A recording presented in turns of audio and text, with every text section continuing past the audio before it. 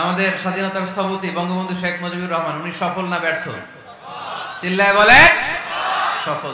এই যে আসছে 16ই ডিসেম্বর আমাদের বিজয় দিবস, ঠিক কিনা? এই প্রতিটা বিজয় দিবসে আমাদের এই শপথ নেওয়া দরকার যে আমরা জাতি হিসেবে আরো সভ্য হব, আরো সিভিলাইজড হব, আরো ভদ্র হব, আরো নম্র হব, ঠিক কিনা? সব দোষ গভর্নমেন্টের ঘাড়ে দিয়া লাভ নাই। গভর্নমেন্ট একা কি করবে? আপনি ঝালমুড়ি খায়া ঝালমুড়ির প্যাকেট যদি রাস্তায় ফেলে দেন, এটা কি গভর্নমেন্ট ঠিক করবে? এই দোষটা কার? যেই জাতি এক জায়গায় প্রোগ্রাম করে ওখানে টিস্যু পেপার ফেলে যায়, পানি খেয়ে বোতলটা নিয়ে যায় না, ঝালমুড়ি খেয়ে প্যাকেটটা রেখে যায়, ওই দেশের গভর্নমেন্ট ওই জাতি ঠিক করতে পারবে না। নিজেদেরকে ঠিক হতে হবে, নিজেরা পরিচ্ছন্ন হতে হবে, সিভিলাইজড হতে হবে, সভ্য হতে হবে, ভব্য হতে হবে। আল্লাহর মেহেরবানি যে আমাদের বিশাল সংখ্যক একটা লোক, একটা বড় জনসংখ্যা দেশের বাইরে কাজ করে, তাই না? কাজী নজরুল ইসলাম অল্প বয়সে বিয়ে করেছেন। আমাদের স্বাধীনতার স্থপতি এদেশের মহান নেতা বঙ্গবন্ধু শেখ মুজিবুর রহমান অল্প বয়সে বিয়ে করেছেন। মহাত্মা গান্ধী অল্প বয়সে, সব বড় বড় নেতারা অল্প বয়সে বিয়ে করেছেন। কিন্তু তারা যে সফল হয়েছে, কোনো সমস্যা হয়েছে? কথা কয় না। উনি যে কম বয়সে বিয়ে করে সফল হয়েছে, এই বিয়ে ওনার কোনো বাধা দিছে? কথা বলেন। ঝামেলাটা হইলো ওনারা কম বয়সে বিয়ে করে সফল হয়েছেন, আর আমরা সফল হয়ে তারপরে বিয়ের পিড়িতে বসতে চাই। আমাদের সিকিউরিটি দেওয়ার জন্য কষ্ট করে।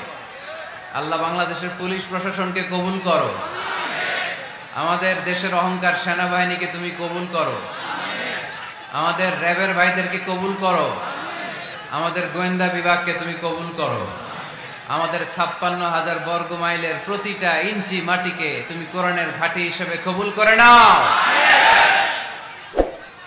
সম্মানিত ভাইরা, আমি কালামুল্লাহ মাজিদের সূরাত আলে ইমরানের 133 নম্বর আয়াত তেলাওয়াত করেছি। এই আয়াতের আলোকে কিছু কথা আজকের এই চমৎকার রজনীতে আপনাদের সামনে আমি উপস্থাপন করবার চেষ্টা করব ইনশাআল্লাহুল আজিজ। ঠিক কি না? সফলতার কোনো শর্টকাট নাই। বিয়ে করেন, সফল বানাই দিবে কে? এজন্য বিয়ে করতে রাজি আছেন তো সবাই? সবাই রাজি? যারা একটা করছেন তারাও হাত তুলছেন। আজকে খবর আছে বাড়িতে গেলে। আল্লাহ তুমি কবুল করো। কিশোরগঞ্জের যে যুবক ভাইরা আজকের মাহফিলে এসে মাহফিলটাকে সার্থক করলো, তাদেরকে তুমি সাইয়েদনা ওমরে ফারুকের মতো ঈমানি তেজ দাও। ইসলামকে বিজয়ী শক্তি হিসেবে দেখার জন্য যত স্যাক্রিফাইস নাজরানা পেশ করা দরকার সব পেশ করার তৌফিক দাও। তো কোরআনে মানুষের নামে সূরা আছে, প্রাণীর নামে আছে। যেমন প্রাণীর নামে আপনারা বলছিলেন সূরা বাকারা। বাকারা মানে কি? গাভী। মৌমাছির নামে আছে সূরাতুন নাহাল। তারপর মাকড়সার নামে আছে সূরাতু আনকাবুত। পিঁপড়ার নামে আছে সূরাতু আন-নামল। জিন জাতির নামে আছে সূরাতু, মুনাফিকদের নামে আছে সূরাতুল, মুমিনদের নামে আছে সূরাতুল। সুবহানাল্লাহ পড়বেন না? তার এই ধারাবাহিকতায় এই সূরাটির নাম সূরাতু আলে ইমরান। ইমরানের পরিবারের নামে সূরা। আলহামদুলিল্লাহ পড়ুন। তো আমি যে আয়াত তেলাওয়াত করেছি, এই আয়াতে আল্লাহ তাআলা আমাদেরকে পথ দেখিয়েছেন। আমাদেরকে পথ দেখায় কে?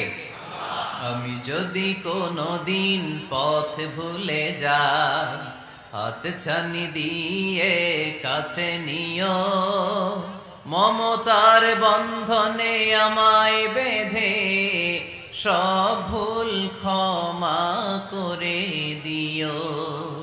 আমি যদি কোনদিন পথ ভুলে যাই, হাত ছানি দিয়ে কাছে নিও, মমতার বন্ধনে আমায় বেঁধে সব ভুল ক্ষমা করে দিও। পড়েন আমিন।